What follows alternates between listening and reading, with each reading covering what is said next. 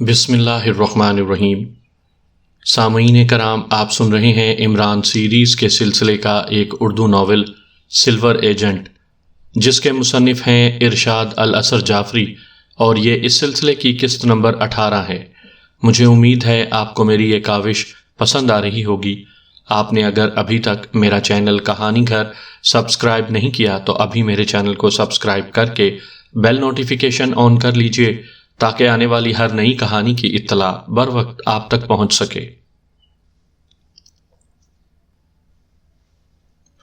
Uncle, یہ میدان تو واقعی درخت کاٹ کر بنایا گیا ہے۔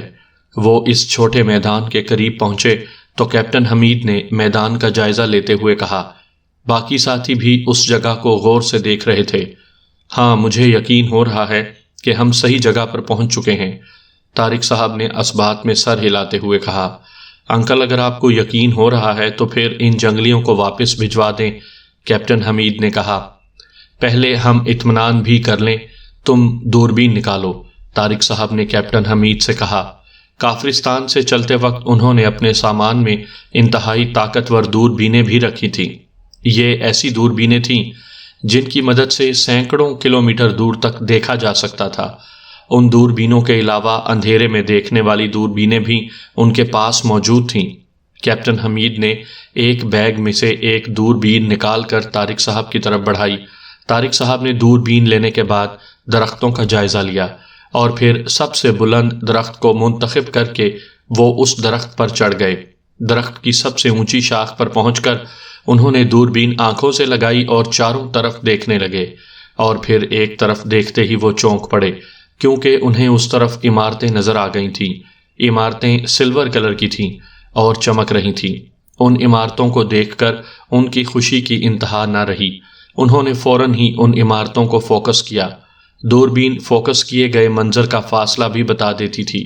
عمارتوں کو اچھی طرح چیک کرنے کے بعد طارق صاحب درخت سے نیچے اتر آئے۔ ان کے چہرے پر جوش اور خوشی کے تاثرات دیکھ کر ان کے ساتھی سمجھ گئے کہ سلور سٹی انہیں نظر آ گیا ہے۔ لاکاشی، مجھے دیوتا کے بیٹوں کی خوشبو یہاں محسوس ہو رہی ہے، جس کا مطلب ہے کہ دیوتا کا بیٹا یہیں کہیں موجود ہے۔ ہم اسے تلاش کر لیں گے۔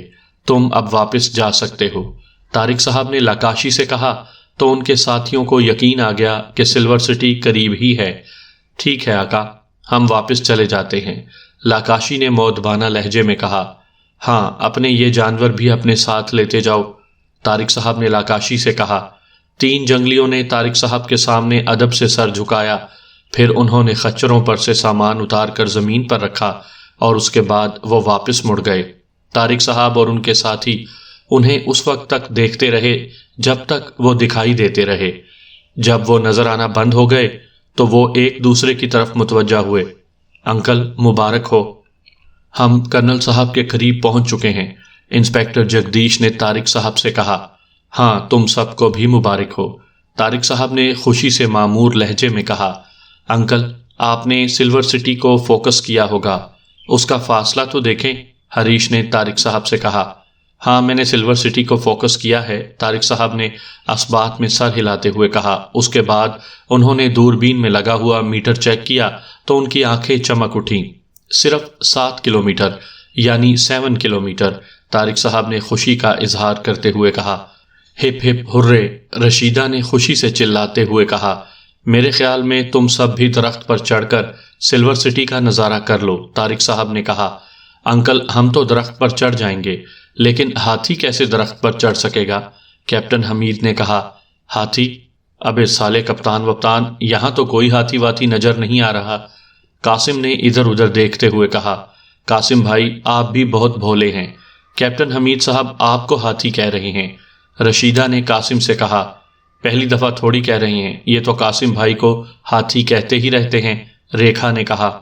اتنا دکھ مکھ سالے کپتان کے ہاتھی واتی کہنے پر نہیں ہوتا جتنا دکھ تمہارے بھائی کہنے پر ہوتا ہے، قاسم نے دکھی لہجے میں کہا تو رشیدہ اور ریکھا ہنسنے لگیں، جس پر قاسم کا منہ بن گیا۔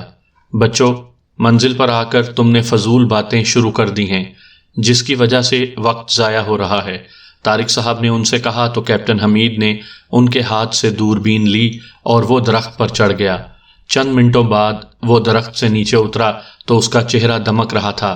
اس کے بعد انسپیکٹر جگدیش، ہریش، انور، رشیدہ اور ریکھا بھی درخت پر چڑھیں۔ سب سے آخر میں قاسم نے کوشش کی، لیکن وہ درخت پر چڑھنے میں ناکام رہا۔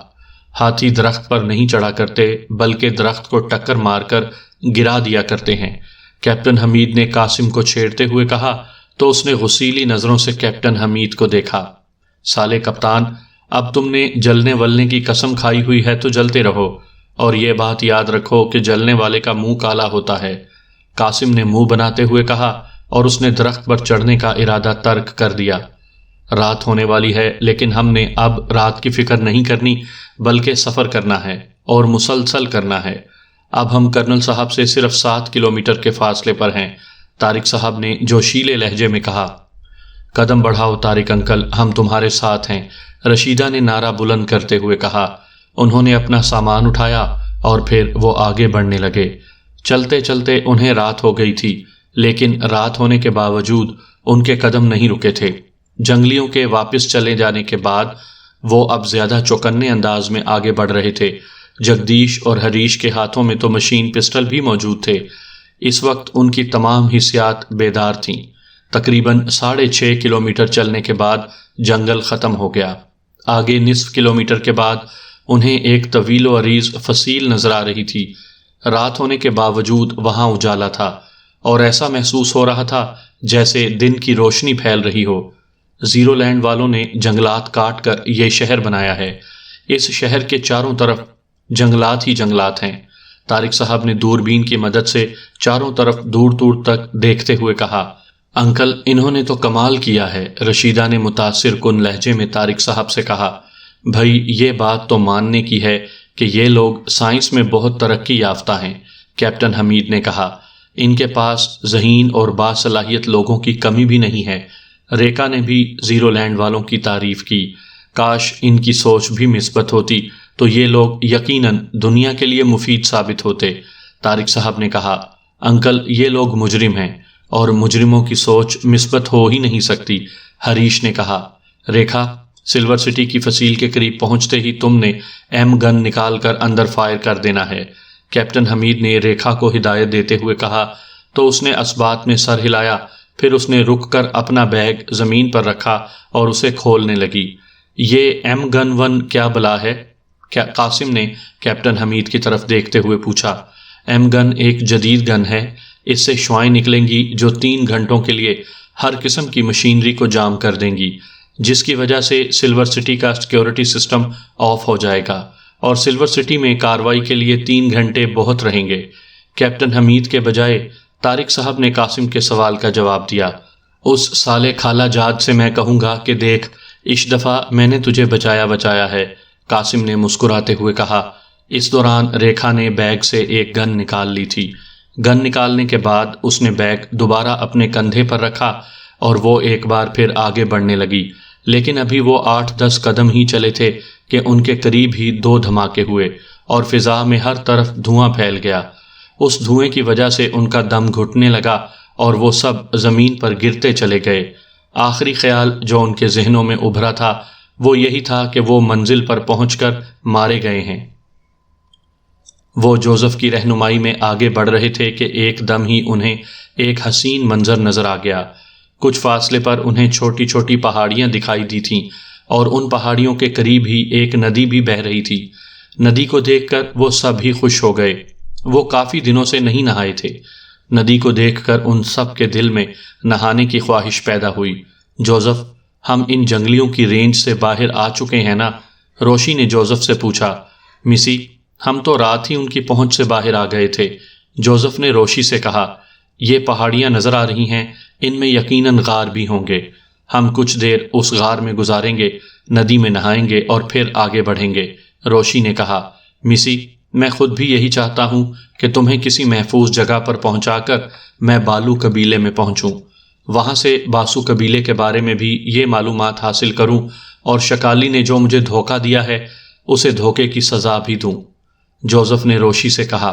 جوزف، تم باسو قبیلے کے بارے میں معلومات حاصل کرو، ہم اسی مقصد کے لیے یہاں آئے ہیں، لیکن شکالی کے پیچھے جانے اور اسے سزا دینے کی ضرورت نہیں، تم جانتے ہو کہ عمران صاحب ہمیشہ اپنے ٹارگٹ کی طرف جاتے ہیں، وہ ادھر ادھر کے کاموں میں الجھنا پسند نہیں کرتے، اسی لیے وہ ہمیشہ کامیاب رہتے ہیں۔ صفدر نے جوزف کو سمجھانے والے انداز میں کہا، تم ٹھیک کہہ رہے ہو مسٹر صفدر۔ اوکے، میں اب باسو قبیلے کے راگالی کی تلاش میں ہی جاتا ہوں۔ امید ہے کہ میں کسی نہ کسی جنگلی کو پکڑ کر راگالی کے بارے میں معلومات حاصل کر لوں گا۔ جوزف نے کہا، اوکے، ہم تمہارا اسی جگہ انتظار کر رہے ہیں۔ صفدر نے جوزف سے کہا تو جوزف واپس مڑ گیا۔ اب اس کا رخ بالو قبیلے کی طرف تھا اور اس کی رفتار بہت تیز تھی۔ روشی اور صفدر وغیرہ کی وجہ سے پہلے اس کی رفتار آہستہ تھی۔ وہ خود تو جنگلوں کا باسی تھا اور جنگلات میں آ کر اس کی سوئی ہوئی صلاحیتیں بھی بیدار ہو جاتی تھیں، جبکہ اس کے ساتھی جنگل کے رہنے والے نہیں تھے، اس لیے وہ جنگل میں جوزف جیسی پھرتی اور تیزی کا مظاہرہ نہیں کر سکتے تھے۔ شکالی نے اسے بتایا تھا کہ باسو قبیلہ ان کے قبیلے کے ساتھ ہی ہے اور باسو قبیلے کے ان کے قبیلے کے اچھے تعلقات ہیں، اور راگالی کو بھی تمام قبیلوں کے جنگلی جانتے ہیں، اس لیے اسے یقین تھا کہ وہ جلد ہی راگالی تک پہنچ جائے گا۔ وہ بہت تیزی سے سفر کرتا ہوا بہت کم وقت میں پہلے والی جگہ پر پہنچ گیا۔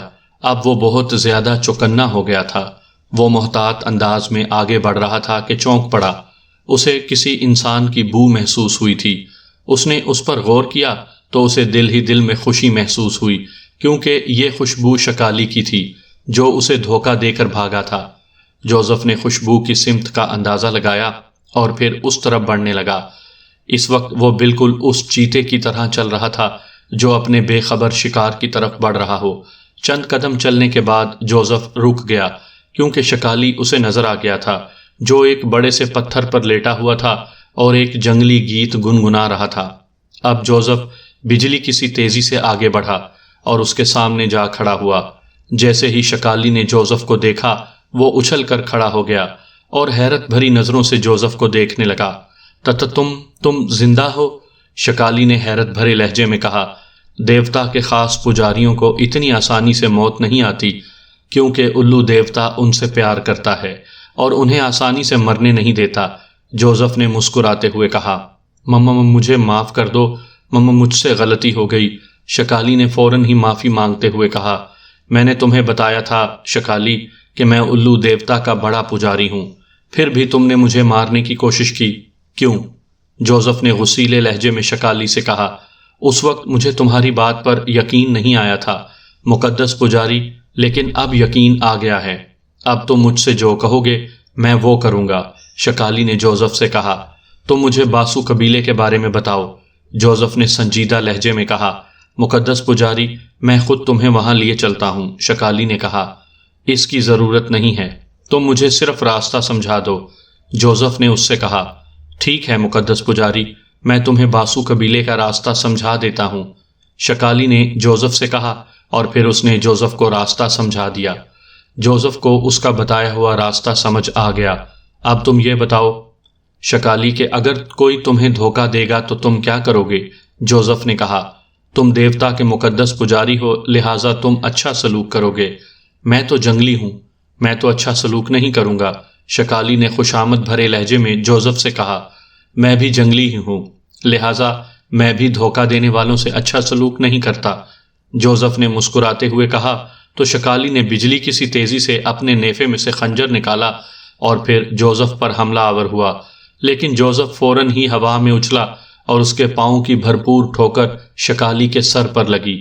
شکالی الٹ کر زمین پر گرا تو جوزف نے اس پر چھلانگ لگا دی۔ جوزف کے دونوں پاؤں شکالی کے سینے پر لگے اور اس کی چیخ بلند ہوئی، اس کی ساری پسلیاں ٹوٹ گئی تھیں اور اس کے منہ سے خون جاری ہو گیا تھا۔ جوزف جانتا تھا کہ اب شکالی کسی صورت زندہ نہیں بچ سکے گا، لہٰذا وہ شکالی کو وہیں تڑپتا ہوا چھوڑ کر آگے بڑھنے لگا۔ شکالی کا بتایا ہوا راستہ اسے سمجھ آ چکا تھا، لہٰذا وہ آگے بڑھتا رہا اور تقریباً نصف گھنٹے کے بعد وہ ایک قبیلے کے قریب پہنچ گیا۔ میدان میں بہت سی جھونپڑیاں بنی ہوئی تھیں۔ ان جھونپڑیوں میں ایک جھونپڑی بڑی تھی اور اس جھونپڑی پر ایک جھنڈا لگا ہوا تھا جس پر انسانی کھوپڑی کی تصویر بنی ہوئی تھی۔ جوزف سمجھ گیا کہ یہی سردار کی جھونپڑی ہے۔ جوزف ایک درخت کے پیچھے چھپ کر ان جھونپڑیوں کا جائزہ لے رہا تھا کہ اسے پیچھے سے انسانی بو محسوس ہوئی۔ اس نے فوراً ہی پیچھے مڑ کر دیکھا۔ اسے کچھ دور ایک جنگلی دکھائی دیا جو اسی طرف آ رہا تھا۔ لگتے تو تم بھی جنگلی ہو، لیکن تمہارا لباس جنگلیوں والا نہیں۔ کون ہو تم؟ اس جنگلی نے جوزف کے قریب آتے ہوئے کہا۔ میں بھی جنگلی ہی ہوں، لباس سے کیا فرق پڑتا ہے؟ جوزف نے اس سے کہا۔ اچھا، تم کس قبیلے سے ہو؟ اس جنگلی نے جوزف سے پوچھا۔ میں مالاسی قبیلے کا ہوں۔ جوزف نے ایک قبیلے کا نام برازیلیا میں ہی سن لیا تھا۔ اس نے وہی نام بتایا۔ اوہ، مالاسی قبیلہ تو یہاں سے بہت دور ہے۔ تم یہاں کیا کرنے آئے ہو؟ جنگلی نے کہا۔ میں یہاں راگالی سے ملنے آیا ہوں۔ کیا تم راگالی کو جانتے ہو؟ جوزف نے اس جنگلی سے کہا تو اس کے چہرے پر حیرت کے تاثرات آ گئے۔ میرا نام ہی راگالی ہے، لیکن میں تو تمہیں نہیں جانتا، اس نے حیرت بھرے لہجے میں کہا۔ جدید دنیا میں تم ہی جاتے رہتے ہو نا؟ جوزف نے اس مرتبہ مسکراتے ہوئے کہا۔ ہاں، اور یقیناً تم بھی جدید دنیا میں جاتے رہتے ہو۔ تم نے تو لباس بھی جدید دنیا کا پہنا ہوا ہے۔ جنگلی نے جوزف سے کہا تو اس نے اثبات کے انداز میں سر ہلا دیا۔ ہم دونوں ہی جدید دنیا میں جاتے رہتے ہیں۔ میں تم سے بہت ہی اہم باتیں کرنے آیا ہوں جس سے ہمیں بہت فائدہ ہو سکتا ہے، جوزف نے کہا۔ کیسی باتیں اور کیا فائدہ؟ راگالی نے اور زیادہ حیران ہوتے ہوئے کہا۔ کہیں اطمینان سے بیٹھ کر ہی باتیں کی جا سکتی ہیں، جوزف نے راگالی سے کہا۔ اچھا، آؤ میرے ساتھ، راگالی نے جوزف سے کہا، اور پھر وہ ایک طرف چل پڑا۔ جوزف بھی اس کے ساتھ ساتھ چلنے لگا۔ تقریباً 10-12 منٹ چلنے کے بعد راگالی ایک جگہ رک گیا۔ یہاں ہمارے لوگ بہت ہی کم آتے ہیں، اس لیے ہم یہاں اطمینان سے باتیں کر سکتے ہیں، راگالی نے کہا۔ ٹھیک ہے، بیٹھو، جوزف نے اس سے کہا، اور وہ زمین پر بیٹھ گیا۔ راگالی بھی اس کے ساتھ ہی زمین پر بیٹھ گیا۔ میں نے سنا ہے کہ تم نے جنگل میں کالے بادل کے ایک بڑے ٹکڑے کو زمین پر اترتے دیکھا تھا، جوزف نے راگالی سے کہا۔ ہاں، لیکن تم یہ کیوں پوچھ رہے ہو؟ راگالی نے حیران ہوتے ہوئے پوچھا۔ کیا تم جدید دنیا کی خوبصورت اور سفید عورت سے شادی کرنا چاہو گے؟ جوزف نے اس سے پوچھا۔ سفید عورت سے شادی؟ ہاں ہاں، بالکل، راگالی نے خوش ہوتے ہوئے کہا۔ جدید دنیا کا ایک گروپ آیا ہوا ہے جس میں مرد اور عورت شامل ہے۔ مرد اس جگہ تک پہنچنا چاہتا ہے جہاں کالا بادل اترتا ہے۔ اس کے بدلے میں وہ اپنی عورت کی شادی اس جنگلی سے کرنے کو تیار ہیں جو انہیں اس جگہ تک پہنچائے، جوزف نے راگالی سے کہا۔ لیکن تم کس وجہ سے ان کا یہ کام کر رہے ہو؟ راگالی نے جوزف سے پوچھا۔ عورت کے ساتھ ساتھ وہ دولت بھی دے رہے ہیں۔ مجھے دولت سے دلچسپی ہے کیونکہ میں ہمیشہ کے لیے جدید دنیا میں جا کر رہنا چاہتا ہوں، جوزف نے راگالی سے کہا۔ لیکن تمہیں یہ کیسے معلوم ہوا کہ میں اس جگہ کے بارے میں جانتا ہوں؟ راگالی نے کہا۔ لو، یہ بھی کوئی ڈھکی چھپی بات ہے، ہمارا تو سارا قبیلہ جانتا ہے، جوزف نے مسکراتے ہوئے کہا۔ لیکن مجھے تو اس جگہ سے ڈر لگتا ہے۔ خود سوچو، جہاں کالا بادل آ کر اترے وہ جگہ کیسی ہوگی؟ راگالی نے جوزف سے کہا۔ تم اس جگہ کے قریب مت جانا، دور سے ہی دکھا دینا، جوزف نے کہا۔ جدید دنیا کے لوگ بہت دھوکے باز ہوتے ہیں، اگر انہوں نے ہم سے دھوکہ کیا، عورت اور دولت نہ دی تو پھر؟ راگالی نے ایک خدشے کا اظہار کرتے ہوئے کہا۔ تو تمہارا خیال ہے کہ ہمیں دھوکہ دے کر وہ ان جنگلات سے زندہ بچ کر جا سکیں گے؟ چلو، میرا قبیلہ تو آدم خور نہیں ہے، لیکن تمہارا قبیلہ تو آدم خور ہے، ہم ان سب کو تمہارے قبیلے کے حوالے کر دیں گے، جوزف نے راگالی سے کہا تو وہ سوچ میں پڑ گیا۔ تمہارا نام کیا ہے؟ کچھ دیر سوچتے رہنے کے بعد راگالی نے جوزف سے اس کا نام پوچھا۔ میرا نام مالوف ہے، جوزف نے اپنے قبیلے سے ملتا جلتا نام بتاتے ہوئے کہا۔ مالوف، میرا دل بھی چاہتا ہے کہ میں جدید دنیا میں رہوں، سفید عورت سے شادی کے ساتھ ساتھ اگر ان کی دی ہوئی آدھی دولت بھی مجھے مل جائے تو پھر میں وہ جگہ دکھا سکتا ہوں، راگالی نے کہا تو جوزف کے چہرے پر مسکراہٹ آ گئی اور اس نے راگالی کے کندھے پر ہاتھ رکھا۔ مجھے پہلے سے اندازہ تھا کہ تم یہ مطالبہ کرو گے، لیکن میں ذہنی طور پر تیار ہو کر آیا تھا۔ آدھی دولت ہی اتنی ہوگی کہ میں جدید دنیا میں ساری عمر عیش کر سکوں گا۔ ٹھیک ہے، میں آدھی دولت بھی تمہیں دے دوں گا، جوزف نے مسکراتے ہوئے کہا تو راگالی خوش ہو گیا۔ وہ جگہ ہے بہت دور، لیکن ہم ابھی چلتے ہیں، راگالی نے زمین پر سے اٹھتے ہوئے کہا۔ جوزف بھی کھڑا ہو گیا اور پھر وہ دونوں ایک طرف تیز تیز قدموں سے بڑھنے لگے۔ جدید دنیا کے لوگوں کا گروپ کس جگہ آیا ہوا ہے؟ راگالی نے جوزف سے پوچھا۔ وہ لوگ زیادہ دور نہیں ہیں، میں انہیں ایک محفوظ جگہ پر چھپا کر آیا ہوں۔ جوزف نے مسکراتے ہوئے کہا تو راگالی نے اثبات کے انداز میں سر ہلایا، اور پھر ان کے درمیان خاموشی طاری ہو گئی۔ تیز تیز قدموں سے چلتے ہوئے وہ ان پہاڑیوں تک پہنچ گئے جہاں جوزف اپنے ساتھیوں کو چھوڑ کر گیا تھا۔ صفدر وغیرہ ایک غار میں موجود تھے اور ان کی نظریں اس طرف لگی ہوئی تھیں جس طرف جوزف گیا تھا۔ انہوں نے جوزف کو ایک وحشی کے ساتھ آتے دیکھا تو وہ سب غار سے باہر آ گئے۔ راگالی نے روشی کو دیکھا تو اس کی آنکھوں میں چمک ابھر آئی۔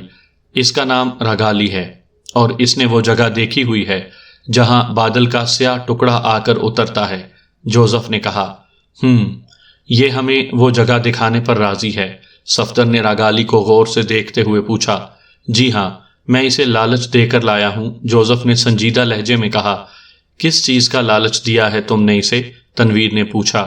جنگلیوں کو سفید عورت بہت پسند ہوتی ہے، میں نے اسے کہا ہے کہ یہ ہمیں مخصوص جگہ دکھا دے، اس کے بدلے سفید عورت سے اس کی شادی کروا دی جائے گی، جوزف نے کہا۔ میں موت نامی عورت سے اس کی شادی کراؤں گا، بس ایک بار یہ ہمیں وہ جگہ دکھا دے، تنویر نے سرد لہجے میں کہا۔ کیا یہ عورت مجھ سے شادی کرنے پر تیار ہے؟ راگالی نے روشی کو گھورتے ہوئے کہا۔ مرد تو سب تیار ہیں، میں عورت سے پوچھ لیتا ہوں، جوزف نے راگالی سے کہا، اور پھر اس نے روشی کی طرف دیکھا۔ مسی، یہ پوچھ رہا ہے کہ کیا آپ اس سے شادی کرنے کے لیے تیار ہیں؟ جوزف نے کہا۔ تنویر نے جس عورت کا نام موت بتایا ہے وہ میں ہی تو ہوں، روشی نے زہریلے انداز میں مسکراتے ہوئے کہا۔ دیکھا راگالی، یہ عورت تو خوش ہو رہی ہے کہ اس کی شادی تمہارے ساتھ ہو رہی ہے، جوزف نے کہا۔ چلو پھر جلدی چلو، میں انہیں وہ جگہ دکھا دوں، راگالی نے بے چینی سے کہا۔ روشی کو دیکھتے ہی وہ اس سے شادی کرنے کے لیے بے قرار ہو گیا تھا۔ یہ کہہ کر وہ مڑا اور تیز تیز قدموں سے چلنے لگا۔ وہ سب بھی اس کے پیچھے چلنے لگے۔ یہ تو جدید دنیا کے عاشقوں سے بھی زیادہ بے صبری کا مظاہرہ کر رہا ہے، نعمانی نے مسکراتے ہوئے کہا۔ اس کی موت اسے بے صبری پر اکسا رہی ہے، تنویر نے کرخت لہجے میں کہا۔ انہیں چلتے ہوئے کئی گھنٹے گزر گئے۔ اب انہیں ایسا محسوس ہو رہا تھا جیسے وہ اس جنگل میں کئی برسوں سے سفر کر رہے ہوں۔ رات بھی ہو گئی لیکن انہوں نے اپنے قدم نہ روکے۔ اب وہ جلد سے جلد عمران اور جولیا تک پہنچ جانا چاہتے تھے۔ رات کی وجہ سے جنگل میں گہرا سناٹا چھایا ہوا تھا۔ اس خاموشی کی وجہ سے وہ آپس میں بھی گفتگو نہیں کر رہے تھے۔ جوزف، یہ راگالی کہیں وہ جگہ بھول نہ گیا ہو، صدیقی نے خدشے کا اظہار کرتے ہوئے کہا۔ راگالی یہ پوچھ رہے ہیں کہ کہیں تم وہ جگہ اور راستہ بھول تو نہیں گئے ہو، جوزف نے راگالی سے کہا۔ بھلا ایک جنگلی بھی جنگل کے راستوں کو بھول سکتا ہے، راگالی نے طنزیہ لہجے میں کہا تو جوزف نے راگالی کا جواب صدیقی کو بتا دیا۔ انہوں نے ساری رات سفر جاری رکھا تھا اور اب کچھ ہی دیر میں صبح ہونے والی تھی۔ جنگل کے راستے انتہائی دشوار تھے اور رات کی تاریکی میں تو کسی عام آدمی کا جنگل میں سفر کرنا ممکن ہی نہیں تھا، لیکن جوزف اور راگالی کی رہنمائی میں انہوں نے رات بھر سفر جاری رکھا تھا۔ اتنا پیدل چلنے کے باوجود ان میں سے کسی نے بھی تھکاوٹ کا اظہار نہیں کیا تھا۔ بس اب ہم اس جگہ پہنچنے والے ہیں، راگالی نے جوزف کی طرف دیکھتے ہوئے کہا تو جوزف نے اس کی بات دہرا دی۔ ان سب نے ہی اطمینان کا سانس لیا۔ مزید کچھ دیر چلنے کے بعد راگالی رک گیا۔ اب صبح کی پر نور روشنی پھیل چکی تھی، درختوں پر پرندوں کی چہکار سنائی دے رہی تھی۔ وہ دیکھیں، وہ جگہ ہے جہاں بادل کا سیاہ ٹکڑا آ کر اترتا ہے، راگالی نے ایک طرف اشارہ کرتے ہوئے کہا۔ راگالی کے لفظ تو جوزف کے علاوہ کسی کی سمجھ میں نہیں آئے تھے، البتہ اس کی بات سب کی سمجھ میں آ چکی تھی۔ انہوں نے اس طرف دیکھا جدھر راگالی نے اشارہ کیا تھا۔ چلو وہاں تک ساتھ چلو، جوزف نے راگالی سے کہا۔ نہیں، میں اس سے آگے نہیں جاؤں گا، میں نے تمہیں مطلوبہ جگہ کے قریب پہنچا دیا ہے، اب تم یہ عورت میرے حوالے کرو اور خود آگے بڑھو، راگالی نے غصیلے لہجے میں کہا۔ ہم اس جگہ کا اچھی طرح معائنہ کریں گے اور مطمئن ہونے کے بعد تمہیں انعام دیں گے، جوزف نے کہا۔ نہیں، تم ابھی اور اسی وقت یہ سفید عورت بھی میرے حوالے کرو اور جدید دنیا کی دولت بھی۔ راگالی بھی جنگلی آدمی تھا، اس لیے اپنی بات پر اڑ گیا۔ جو میں کہہ رہا ہوں وہ کرو ورنہ نقصان اٹھاؤ گے، جوزف نے سخت لہجے میں کہا۔ بکواس بند کرو، میں اس سفید عورت کو بھی اٹھا کر لے جاتا ہوں اور اگر کسی نے مجھے روکنے کی کوشش کی تو میں اپنا زہریلا خنجر اس کے سینے میں اتار دوں گا۔ راگالی نے غراتے ہوئے لہجے میں کہا، اور پھر اس نے اپنے زیر جامہ سے ایک خنجر نکال لیا۔ اس نے خنجر نکال کر اپنی موت کے پروانے پر مہر ثبت کر دی ہے، تنویر نے کہا۔ راگالی کو بھی تنویر کی بات سمجھ نہ آئی، لیکن وہ اس کے چہرے کے تاثرات سے سمجھ گیا، اس لیے وہ بجلی کی سی تیزی سے حرکت میں آیا۔ وہ اچھل کر خنجر تنویر کے دل میں ہی اتارنا چاہتا تھا، اور اگر تنویر اس سے زیادہ تیزی نہ دکھاتا تو اس نے لازماً جنگلی کے خنجر کا نشانہ بن جانا تھا۔ وہ تڑپ کر پیچھے گرا اور ساتھ ہی اس کی لات حرکت میں آئی۔ اس کے بوٹ کی ٹو جنگلی کے گھٹنے پر لگی۔ تنویر کی ٹھوکر سے جنگلی کے گھٹنے کی ہڈی ٹوٹ گئی۔ اس کے منہ سے چیخ بلند ہوئی اور وہ زمین پر گر پڑا۔ تنویر زمین پر پڑے پڑے اچھلا، فضا میں سیدھا ہوا اور پھر اس کے دونوں پیر جنگلی کے سینے پر پڑے۔ اس کی ایک چیخ بلند ہوئی، اس کی کئی پسلیاں ٹوٹ گئی تھیں اور تکلیف کی شدت سے اس کا چہرہ بگڑ گیا تھا۔ تنویر نے اس کی گردن پر پاؤں رکھ کر مخصوص جھٹکا دیا تو اس کی گردن کی ہڈی ٹوٹ گئی اور وہ تڑپنے لگا۔ تنویر، آپ نے معصوم سے جنگلی کو مار ڈالا، سلیمان نے کہا۔ جب جنگلی تمہیں بھون کر کھا رہے ہوں گے تو پھر میں تم سے پوچھوں گا کہ یہ معصوم ہیں یا آدم خور۔ تنویر نے منہ بنا کر کہا، سلیمان، اگر ہم اسے چھوڑ دیتے تو یہ ہم سب کو مار دیتا۔ صفدر نے اسے سمجھانے والے انداز میں کہا، آؤ اب اس جگہ کا مشاہدہ بھی کر لیں۔ روشی نے کہا، اور پھر وہ اس جگہ آ گئے جہاں ایک چھوٹا سا گراؤنڈ تھا۔ درختوں کو کاٹ کر زمین کو ہموار کیا گیا تھا۔ یہ گراؤنڈ دائرے کی صورت میں تھا اور اس کی چاروں طرف گھنے درخت تھے۔ گراؤنڈ کا جائزہ لینے کے بعد صفدر نے دوربین نکالی اور ایک اونچے درخت پر چڑھ گیا۔ وہاں ایک شہر ہے۔ صفدر کی پرجوش آواز سنائی دی تو سب ہی خوش ہو گئے۔ پھر وہ سب درختوں پر چڑھ گئے۔ کچھ دور ایک جدید شہر نظر آ رہا تھا جس کی تمام عمارتیں سلور کلر کی تھیں۔ شہر کی طویل فصیل بھی دکھائی دے رہی تھی۔ او سیاہ بادل آ رہا ہے۔ اچانک ہی نعمانی کی آواز سنائی دی تو ان کی نظریں آسمان کی طرف اٹھیں۔ سیاہ بادل کا ایک بڑا ٹکڑا آسمان سے زمین کی طرف آ رہا تھا۔ وہ تیزی سے درختوں سے نیچے اترے اور پھر کچھ فاصلے پر ہو کر گھنے درختوں کی اوٹ میں ہو گئے۔ بادل کا ٹکڑا آہستہ آہستہ نیچے اتر آیا۔ پھر بادل کے دو حصے ہوئے اور ان کے اندر سے ایک کار برآمد ہوئی۔ بادل کے ٹکڑے الگ الگ ہو کر کار سے کچھ دور ہو گئے جبکہ کار کے دروازے کھل گئے۔ اس کار میں سے 3 آدمی برآمد ہوئے۔ جیسے ہی وہ کار سے برآمد ہوئے، کار کے دروازے خود بخود بند ہو گئے۔ وہ تینوں آدمی اس طرف چلنے لگے جس طرف انہیں سلور سٹی دکھائی دیا تھا۔ وہ تینوں آدمی 30-40 قدم چلے ہوں گے کہ انہیں سلور سٹی کی طرف سے ایک کار آتی ہوئی دکھائی دی۔ وہ کار ان تینوں کے قریب آ کر رک گئی اور پھر اس کے دروازے کھلے، لیکن اس سے پہلے کہ وہ تینوں کار میں بیٹھتے، صفدر، تنویر اور صدیقی عقاب کی طرح حرکت میں آ گئے۔ انہوں نے ان تینوں کی گردنیں توڑ ڈالیں۔ وہ تڑپنے لگے۔ میرے خیال میں صفدر، صدیقی، مس روشی اور میں اس کار میں سلور سٹی جاتے ہیں۔ باقی افراد کے داخلے کی کوشش ہم وہیں سے کریں گے، تنویر نے کہا، لیکن اس سے پہلے کہ ان میں سے کوئی بولتا، کار میں سے نیلے رنگ کا دھواں نکلا۔ وہ چونکہ ایک دوسرے کی طرف متوجہ تھے اس لیے اس دھوئیں کو بر وقت نہ دیکھ سکے۔ دھواں نہایت تیزی سے ان کے گرد پھیل گیا۔ انہیں دھواں پھیلنے کا اس وقت احساس ہوا جب ان کا دم گھٹنے لگا۔ پھر وہ یکے بعد دیگرے بے ہوش ہوتے چلے گئے۔ تینوں جنگلی کچھ دیر چلنے کے بعد رک گئے۔ جس جنگلی نے بلیک زیرو کو پیٹھ پر لادا ہوا تھا اس نے بلیک زیرو کو زمین پر ڈال دیا۔ اس کے بعد وہ تینوں آپس میں گفتگو کرنے لگے۔ گفتگو کرنے کے دوران وہ بلیک زیرو کو بھوکی نظروں سے بھی دیکھ رہے تھے۔ چند منٹوں تک وہ آپس میں باتیں کرنے کے بعد 2 جنگلی اٹھ کر کہیں چلے گئے جبکہ ایک جنگلی نیزہ لیے وہیں کھڑا رہا۔ وہ بلیک زیرو کو دیکھ کر ہونٹوں پر ایسے زبان پھیر رہا تھا جیسے کئی دن کے بھوکے کے سامنے اس کی پسندیدہ خوراک آ گئی ہو۔ دونوں جنگلی کچھ ہی دیر میں واپس آ گئے۔ ان دونوں نے لکڑیوں کے بڑے بڑے گٹھڑ اٹھائے ہوئے تھے۔ انہیں لکڑیاں لاتے دیکھ کر بلیک زیرو نے ایک طویل سانس لیا۔ ان جنگلیوں کے درمیان کچھ دیر پہلے ہونے والی میٹنگ اسے سمجھ آ گئی۔ تینوں کے درمیان یقیناً یہی بات ہوئی تھی کہ اس شکار کو قبیلے میں نہ لے جایا جائے کیونکہ قبیلے میں لے جانے کی صورت میں سارے قبیلے کو اس شکار میں سے اسے حصہ دینا ضروری تھا۔ سو انہوں نے یہی فیصلہ کیا تھا کہ اس شکار کو وہ تینوں ہی اس جگہ بھون کر کھا جائیں۔ اس لیے 2 جنگلی لکڑیاں چن لائے تھے۔ لکڑیوں کو انہوں نے ترتیب سے رکھا، پھر پتھر پر پتھر مار کر چنگاریاں پیدا کیں۔ لکڑیوں پر انہوں نے خشک جھاڑیاں رکھ دی تھیں۔ چنگاریاں ان جھاڑیوں پر گریں تو انہوں نے آگ پکڑ لی۔